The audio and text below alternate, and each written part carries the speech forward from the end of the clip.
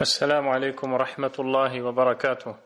الحمد لله رب العالمين حمدا كثيرا طيبا مباركا فيه مباركا عليه، وأشهد أن لا إله إلا الله وحده لا شريك له، وأشهد أن محمدا عبده ورسوله صلى الله عليه وعلى آله وصحبه وسلم تسليما كثيرا.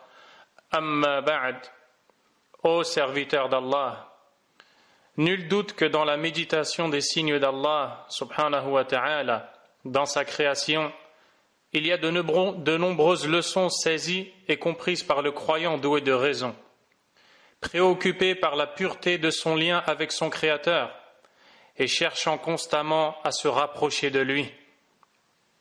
Pour cela, plutôt que d'occuper ses pensées dans ce qui n'est d'aucune utilité, il veille dans son cheminement vers Allah Azza wa Jal à ne pas distraire son esprit du but qu'il veut tant atteindre, entretenir son lien avec son Seigneur dans le but de gagner au final sa satisfaction. Ainsi, le Créateur subhanahu wa ta'ala envoie ces signes aux créatures qui sont de véritables grâces de sa part en réalité. Car à travers ces signes, il est possible d'être guidé par Allah subhanahu wa ta'ala. Ces signes qu'il envoie afin de guider parmi ses serviteurs ceux qui savent voir et comprendre ses messages. En ce sens, le croyant méditant ce signe envoyé par Allah subhanahu wa ta'ala, qu'à cette épidémie qui sévit en ce moment même, le coronavirus, verra de façon claire ce message envoyé par Allah, adressé par Allah le Tout-Puissant, subhanahu wa ta'ala, qui veut nous faire comprendre qu'en réalité, les péchés, les désobéissances ont des effets les plus néfastes et dévastateurs sur la personne, sur terre et même en mer. D'ailleurs, Allah subhanahu wa ta'ala nous le dit clairement: ظهر الفساد في البر والبحر بما كسبت أيدي الناس. Dans le sens rapproché du verset, Allah subhanahu wa ta'ala nous dit: la corruption est apparue sur terre et dans la mer à cause de ce que les gens ont accompli de leurs propres mains. ليذيقهم بعض ما عملوا لعلهم يرجعون, afin qu'Allah leur fasse goûter une partie de ce qu'ils ont œuvré, peut-être reviendront-ils. C'est-à-dire, peut-être reviendront-ils vers Allah, subhanahu wa ta'ala, après avoir transgressé quand ils ont vu le signe envoyé par Allah, subhanahu wa ta'ala. Il nous enseigne donc que les péchés agissent en mal et ont des répercussions mauvaises sur la terre et jusqu'en mer. N'avez-vous pas entendu parler de toutes ces fuites de liquides toxiques en mer ces dernières années, qui ont pollué les mers à un point tel que les baignades furent déclarées dangereuses dans certaines d'entre elles, la pêche formellement interdite car les poissons pollués, des centaines de poissons échoués sur le sable car trop étouffés par ces produits conçus par l'homme. Combien d'animaux sont morts en forêt à cause de ce que l'homme a fait? Et nul doute que toutes ces choses ont des causes apparentes qui sont certes indéniables, mais la plupart des gens ne méditent pas de façon correcte. Ils ne s'en tiennent à expliquer tout événement se produisant sur terre que par les causes apparentes. Or, le croyant connaissant le dogme islamique, a appris que quand Allah subhanahu wa ta'ala décide d'une chose, il décrète avant elle une cause afin qu'elle finisse par se produire. Il décrète une cause apparente pour faire en sorte que cette chose qu'il a voulu se produise. Mais le croyant sait que derrière cela, il y a en réalité des sagesses non apparentes certes, mais vues par les cœurs clairvoyants. Chaque fois que l'homme désobéit à Allah subhanahu wa ta'ala, il participe à la détérioration de la terre. Bien qu'il ne s'en rende pas forcément compte, plus l'homme désobéit et transgresse, plus son Seigneur envoie des maladies, des pollutions des eaux et des nourritures, des déformations ou malformations. La bénédiction d'Allah disparaît donc à cause de la perversion faite sur terre par l'homme. D'ailleurs, quiconque médite dans le livre d'Allah, le Coran, dans lequel on a fait la mention de la terre à maintes reprises, verra que la première fois où Allah subhanahu wa ta'ala parle de la terre dans le Coran, c'est quand il nous dit subhanahu wa ta'ala وَلَا تُفْسِدُوا فِي الْأَرْضِ بَعْدَ إِصْلَاحِهَا وَادْعُوهُ خَوْفًا وَطَمَعًا إِنَّ رَحْمَةَ اللَّهِ قَرِيبٌ مِنَ الْمُحْسِنِينَ. Et ne semez pas la corruption sur la terre après qu'elle ait été réformée, et invoquez-le avec crainte et espoir, car la miséricorde d'Allah est proche des bienfaisants. La plupart des exégètes, les savants ayant commenté ce verset ont dit, c'est-à-dire, n'y semez pas la corruption par les désobéissances et en invitant les gens à désobéir à Allah après qu'elle ait été réformée par l'envoi des messagers, par la clarification de sa législation et par l'appel à obéir à Allah subhanahu wa ta'ala. Voilà comment Allah parle de la terre lorsqu'il en parle dans son livre pour la première fois. Quant à la dernière fois où Allah va parler de la terre dans le Coran, c'est pour dire subhanahu wa ta'ala يَوْمَئِذٍ تُحَدِّثُ أَخْبَارَهَا بِأَنَّ رَبَّكَ أَوْحَى لَهَا. Ce jour-là, elle contera son histoire selon ce que ton Seigneur lui aura ordonné. La terre témoignera de tout ce qui s'est produit en son sein, comme bien ou mal, car elle fera partie des créatures témoignant le jour dernier de ce que l'homme y faisait dans cette vie d'ici-bas. Et nul doute que ces maux et maladies qui nous touchent sont le fruit amer et la conséquence néfaste de nos péchés. Allah subhanahu wa ta'ala, dans le livre, nous l'enseigne de façon claire lorsqu'il nous dit subhanahu wa ta'ala وَمَا أَصَابَكُم مِّن مُّصِيبَةٍ فَبِمَا كَسَبَتْ أَيْدِيكُمْ وَيَعْفُو عَن كَثِيرٍ. Tout malheur qui vous atteint est dû à ce que vos mains ont acquis et il pardonne beaucoup. Ici, Allah subhanahu wa ta'ala nous informe et nous enseigne que ce qui atteint les serviteurs comme malheur dans leur corps, dans leurs biens, dans leurs enfants et dans ce qu'ils aiment et leur est cher est dû à ce que leurs mains ont avancé comme péché et que malgré cela, il pardonne beaucoup subhanahu wa ta'ala. Dans l'autre verset, Allah subhanahu wa ta'ala nous dit وَلَقَدْ أَرْسَلْنَا إِلَىٰ أُمَمٍ مِّن قَبْلِكَ فَأَخَذْنَاهُمْ بِالْبَأْسَاءِ وَالضَّرَّاءِ لَعَلَّهُمْ يَتَضَرَّعُونَ فلولا إذ جاءهم بأسنا تضرعوا ولكن قست قلوبهم وزين لهم الشيطان ما كانوا يعملون فلما نسوا ما ذكروا به فتحنا عليهم أبواب كل شيء حتى إذا فرحوا بما أوتوا أخذناهم بغتة فإذا هم مبلسون. Dans le sens rapproché des versets, il nous dit subhanahu wa ta'ala, nous avons certes envoyé, c'est-à-dire des messagers, aux communautés avant toi. Ici, Allah subhanahu wa ta'ala s'adresse à son prophète sallallahu alayhi wa sallam. Nous avons certes envoyé aux communautés avant toi. Ensuite, nous les avons saisis par l'adversité et la détresse, c'est-à-dire la pauvreté, les maladies et les malheurs, par miséricorde pour eux. Peut-être allait-il revenir à Allah. Allah Azza wa Jal nous dit dans le sens rapproché du verset, ensuite nous les avons saisis par l'adversité et la détresse, peut-être imploreront-ils. Pourquoi donc, lorsque notre rigueur leur vint, n'ont-ils pas imploré? Mais les cœurs s'étaient endurcis et le diable enjolivait à leurs yeux ce qu'ils faisaient. Puis lorsqu'ils eurent oublié ce qu'on leur avait rappelé, nous leur ouvrîmes les portes donnant sur toute chose l'abondance.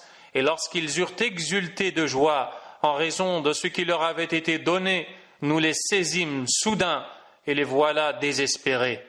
Subhanallah, ces gens furent tellement insouciants et inattentifs aux signes d'Allah subhanahu wa ta'ala que leurs cœurs se sont endurcis.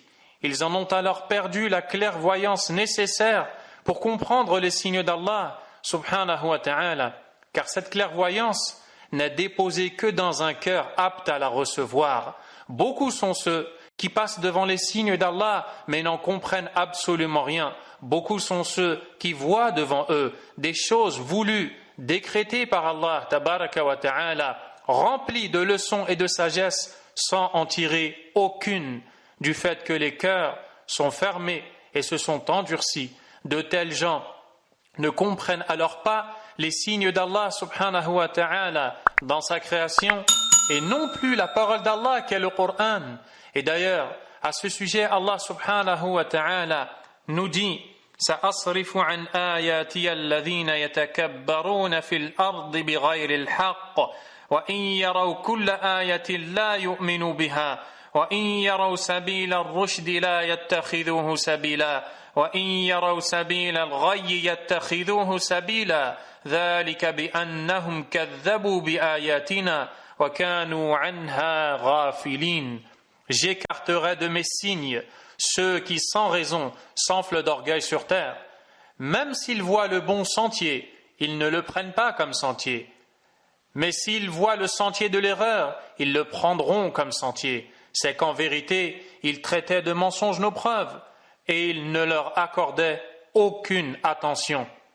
Nul doute que cela est en soi un terrible châtiment, le fait de ne pas pouvoir tirer profit, leçons et conclusions bénéfiques de tous ces signes qui nous sont envoyés par Allah subhanahu wa ta'ala est l'indice d'un problème, d'une maladie, d'une défaillance dans le cœur, empêchant la clairvoyance de s'y installer et d'y pénétrer. Nul doute que cela est en soi un terrible châtiment, car sans cette clairvoyance, la personne passe à côté de la réalité et ne comprend rien ou presque rien de ce qu'Allah attend d'elle, comme c'est le cas de la plupart des gens en ce moment. Malheureusement, face à cette épidémie qui sévit, ils ne se rendent pas compte du message de leur Seigneur et s'attardent à parler uniquement sur les chiffres, sur les mesures préventives, sur les choses à faire ou à ne pas faire, qui ne sont pas à négliger certes, mais ce n'est pas ça l'essentiel, ô musulmans. Ce n'est pas ça l'essentiel. L'essentiel, c'est le retour à Allah subhanahu wa ta'ala, car au final, quoi que l'on fasse, lui seul est capable de dissiper le mal ayant atteint la personne. Voilà la croyance du musulman. Allah subhanahu wa ta'ala nous dit وَإِن يَمْسَسْكَ اللَّهُ بِضُرٍّ فَلَا كَاشِفَ لَهُ إِلَّا هُوَ وَإِن يَمْسَسْكَ بِخَيْرٍ فَهُوَ عَلَى كُلِّ شَيْءٍ قَدِيرٌ. Dans le sens rapproché du verset, et si Allah fait qu'un malheur te touche, nul autre que lui ne peut l'enlever. Et s'il fait qu'un bonheur te touche, c'est qu'il est omnipotent. Subhanahu wa ta'ala. Comprenez cela, ô serviteurs d'Allah, et saisissez ce message d'Allah. Les malheurs nous atteignant sont dus à nos péchés. Certes, Allah Azza wa Jal nous l'informe et nous dit dans son noble livre Inna Allah la yughayyiru ma biqawm hatta yughayyiru ma bi anfusihim. Certes, Allah ne change pas l'état d'un peuple tant que les individus qui le composent ne se changent pas eux-mêmes. Ainsi, un peuple qui vivait dans l'aisance et se retrouve subitement et soudainement dans la difficulté et la détresse, ce changement fait par Allah est dû à ce changement ou alors est dû au changement de ce peuple qui était peut-être dans l'obéissance et qui a dévié de celle-ci.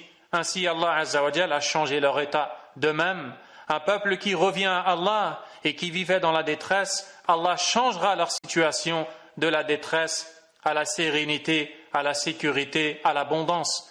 Le prophète sallallahu alayhi wa sallam a averti sa communauté sur ce point dangereux. Il les a sensibilisés à ce sujet et à plusieurs reprises. Un jour, il interpella ceux parmi ses nobles compagnons qui avaient émigré de la Mecque. Ils avaient émigré de la Mecque vers Médine pour rejoindre le prophète alayhi salatu wassalam. Le prophète alayhi salatu wassalam, les interpellant, leur a dit: ô vous les émigrants, voici 5 caractéristiques. Si jamais vous êtes éprouvés par elles, et je demande à Allah de vous protéger afin qu'elles ne vous atteignent pas.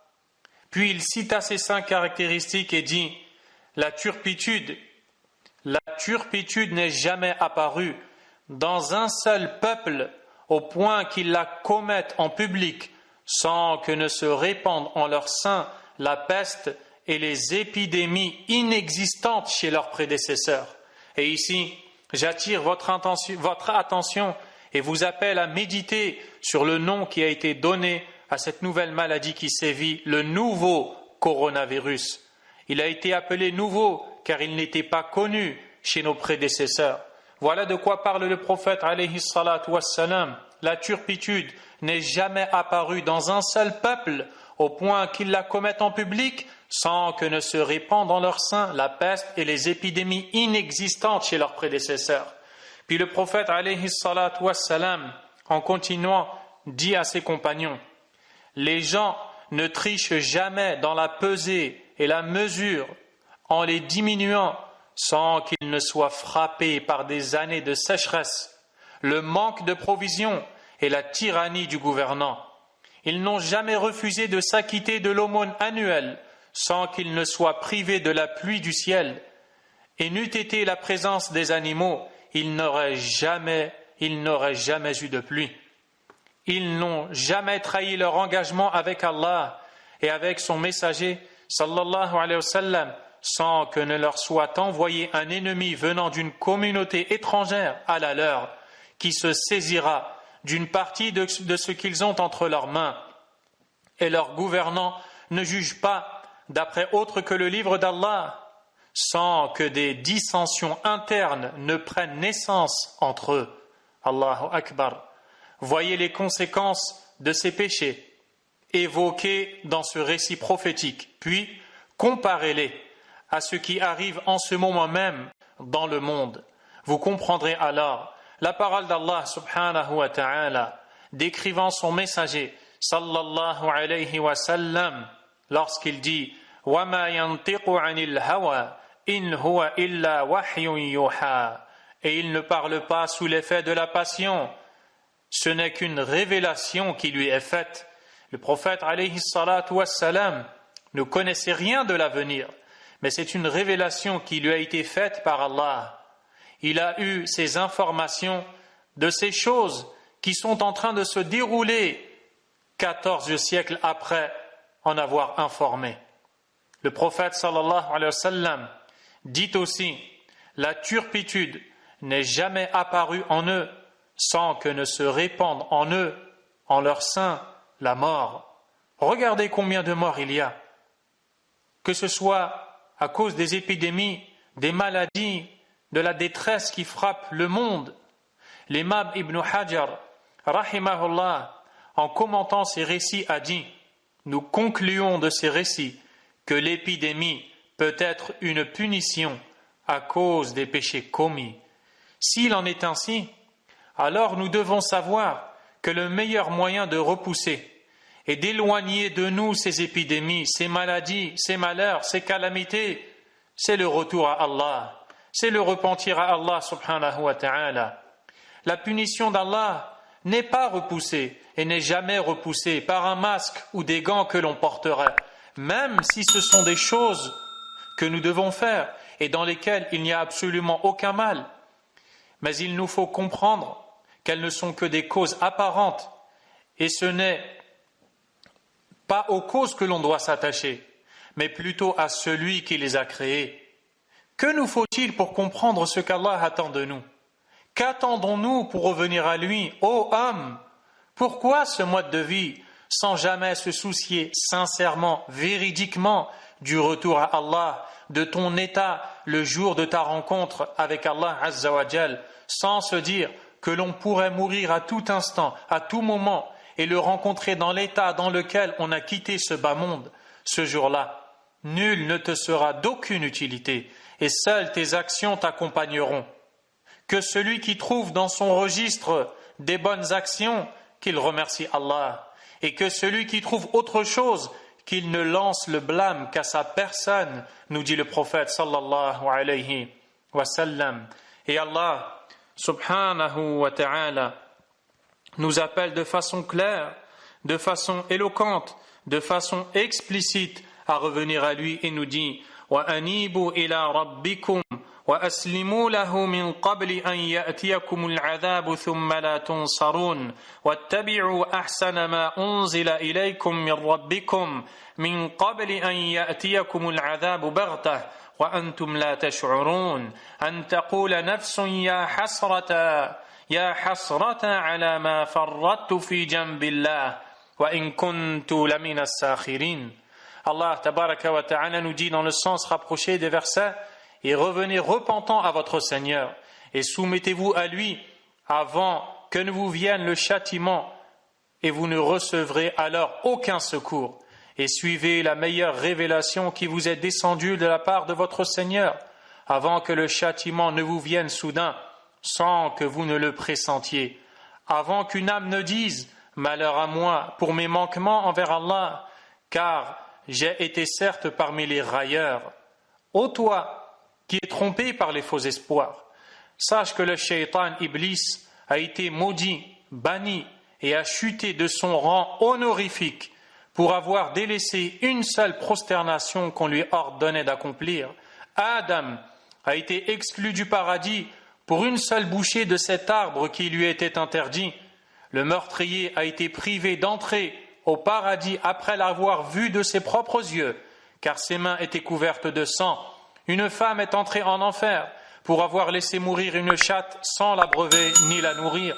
Un homme peut prononcer une parole à laquelle il ne prête aucune importance, mais qui le jettera au final en enfer d'une distance plus grande que la distance séparant l'Orient de l'Occident.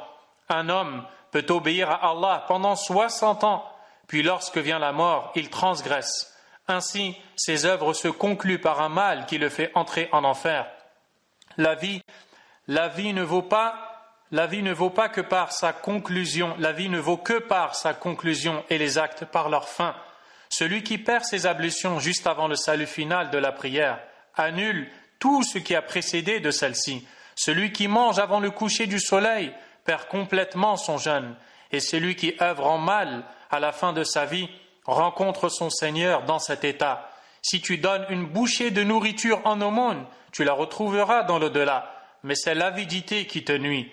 Combien de fois la récompense divine est venue à toi, elle s'est postée devant ta porte, mais elle a été repoussée par ton gardien nommé plus tard. Peut-être, nous verrons ces mots qui ont tant détruit la personne et qui l'ont empêché d'avancer vers Allah subhanahu wa ta'ala.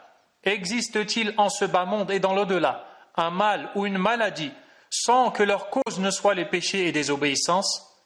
Qu'est-ce qui a déchaîné la tempête contre le peuple de Ad, dont Allah nous parle dans le Coran, au point de les jeter sans vie au sol, comme s'ils étaient des troncs de palmiers morts, et qui a détruit tout ce qu'elles rencontraient parmi leurs demeures, leurs champs, leur culture et leurs bêtes, au point qu'ils deviennent un exemple pour les communautés jusqu'au jour de la résurrection? Qu'est-ce qui a envoyé contre le peuple de Thamoud le cri qui leur déchira le cœur, et la poitrine, si bien qu'ils moururent jusqu'au dernier? Qu'est-ce qui a élevé la cité de Lot, le prophète Lot, au point que les anges entendent les aboiements de leurs chiens, puis ils la retournent sur eux? Comment réussir avec une foi insuffisante, un espoir démesuré en ce bas monde, une maladie du cœur pour laquelle il n'y a ni médecin ni visiteur, des passions éveillées, une raison assoupie, perdue dans sa confusion, indécise dans son ivresse, plongeant dans les profondeurs de son ignorance, mal à l'aise avec son Seigneur, épanoui avec ses créatures? Parler des gens est son fruit et sa subsistance, et évoquer Allah est sa prison et sa mort. Il n'accorde à Allah qu'une part infime de ses actes apparents, alors que son cœur et sa certitude vont à d'autres.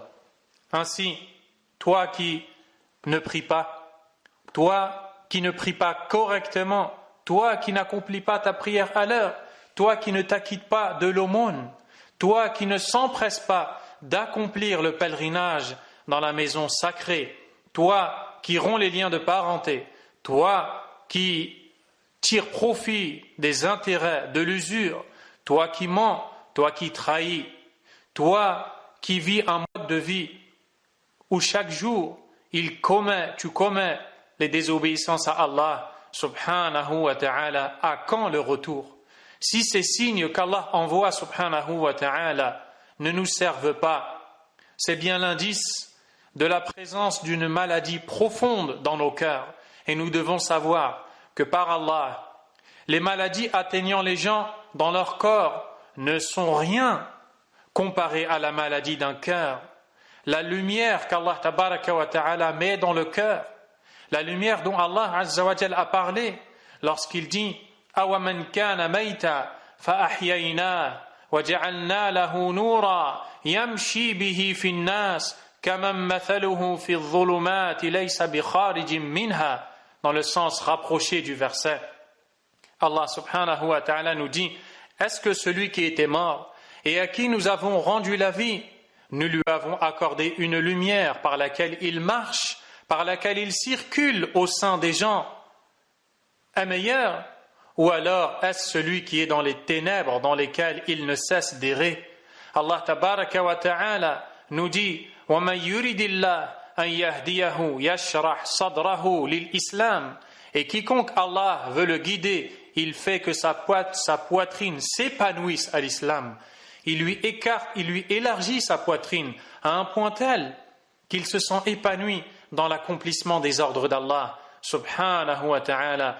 Il aime ce qu'Allah aime, déteste ce qu'Allah déteste. Il revient à Allah, il se repent à Allah, il s'améliore, il se réforme, il purifie son âme, il demande le pardon d'Allah pour ses péchés. Il ne cesse de se remettre en question, il se corrige et il ne se fait jamais avoir dans son cheminement vers Allah qui s'arrêtera avec la mort. Qu'Allah fasse que nous soyons sur la voie droite. Il n'arrête jamais de se remettre en question, de se corriger, de s'améliorer afin d'atteindre son but, qu'est la satisfaction d'Allah subhanahu wa ta'ala, par laquelle il gagnera sa place dans un paradis aussi vaste que les cieux et la terre, et par laquelle il se verra épargné d'un terrible feu dont le combustible sera fait d'hommes et de pierres, comme Allah nous l'informe subhanahu wa ta'ala. Ces signes servent à cela. Voilà la réalité de la vision du croyant. Voilà le regard que porte le croyant lorsqu'il voit ces signes envoyés par Allah subhanahu wa ta'ala. Nous implorons ainsi Allah azza wa jal de faire en sorte que nos cœurs vivent et revivent, de faire en sorte que nos cœurs deviennent saints, car le jour dernier, seuls les cœurs saints pourront tirer profit lorsqu'ils rencontreront Allah, le Tout-Puissant, subhanahu wa ta'ala. Allah est plus savant. Ce qui a été dit dans cette intervention et qui est correct n'émane que d'Allah et n'est que le fruit de la grâce pure et du bienfait d'Allah, subhanahu wa ta'ala. Quant à ce qui a été dit de faux ou comportant une quelconque erreur, cela est dû à Shaitan et à l'âme de la personne qui s'adresse à vous. Qu'Allah nous pardonne. Wallahu a'lam. Wa sallallahu wa sallama wa baraka ala nabiyyina Muhammadin wa ala alihi wa ashabihi ajma'in.